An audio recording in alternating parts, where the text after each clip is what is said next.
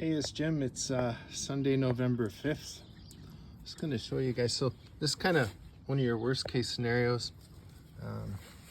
Had a bunch of stuff going on this year, so I neglected some of my own equipment.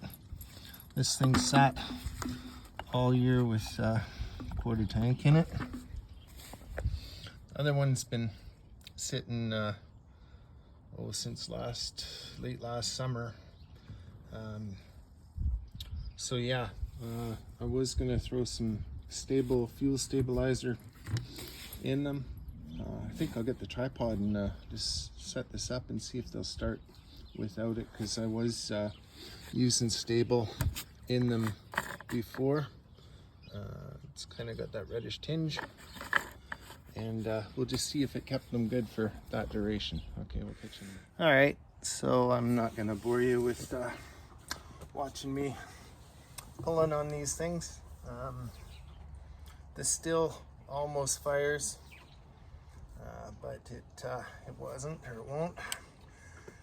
And the Ryobi, it does fire, but it won't stay running, so it'll idle, but it runs out of fuel if I give it throttle. Okay, so that's kind of what I was talking about before as far as carburetors gumming up. So I'm gonna throw this bit of real crappy gas in my parts washing bin, and then I'll come back out. Okay, so dump the old shit out. I'm gonna give her a little extra shot of stable, and I also always add an ounce or so to my 5 liter, or I guess it's gallon and a bit, jerry can when I'm mixing my mixed fuel. I try and go for 93, 94 octane. Always mix 40 to 1.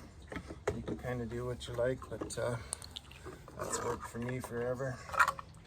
Anyways, so this stable, I found it really effective stuff. Obviously, gas these days goes stale really quick. So it is important, and especially for storing stuff. Some people go for that other idea about running stuff dry. I found that doesn't work that good, and some of your carb components don't actually handle sitting there dry, and the residue does actually still cause your jets and shit to gum up. So I really prefer to run my stuff for a few minutes with a little extra stable in the tank, and then I'll top it back up, but that way I know it's in the system. I've had really good luck with it, normally keeping the fuel good over the winter, to the point where first or second pull with the weed whacker, and it normally starts up. I might end up having to pull the carb apart on this one. It's been years since I've had to pull carbs apart on my own equipment, just because I switched to doing this method. But anyways, so we'll see.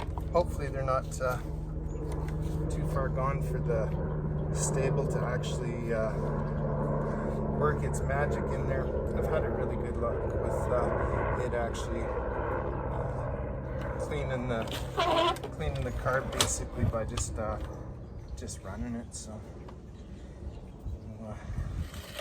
hopefully it won't make a liar out of me here, but like I said, it is pretty extreme circumstance here as well. So we'll see what happens.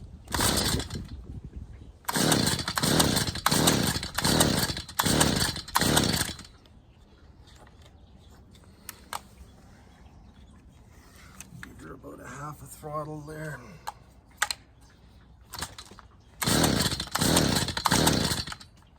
Having to do some work on that guy this winter. And let's see here.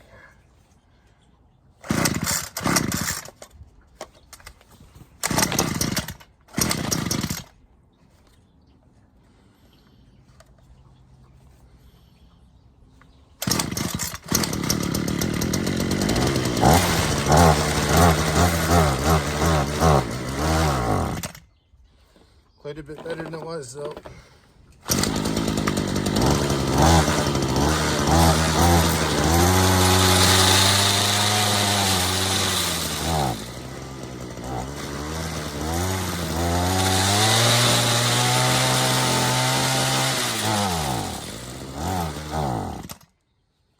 So yeah, and then I find just playing with it for a little while, you'll get them going just fine normally. So, but anyway, like I said, that Ryobi, it sat for what, almost a little over a year and a half with that old gas in it. So guaranteed the carbs gummed up, and same with the still. It's always bad when you leave a tank part full.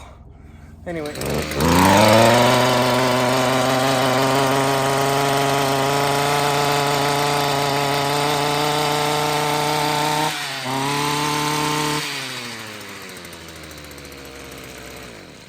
Just wanted to show you that.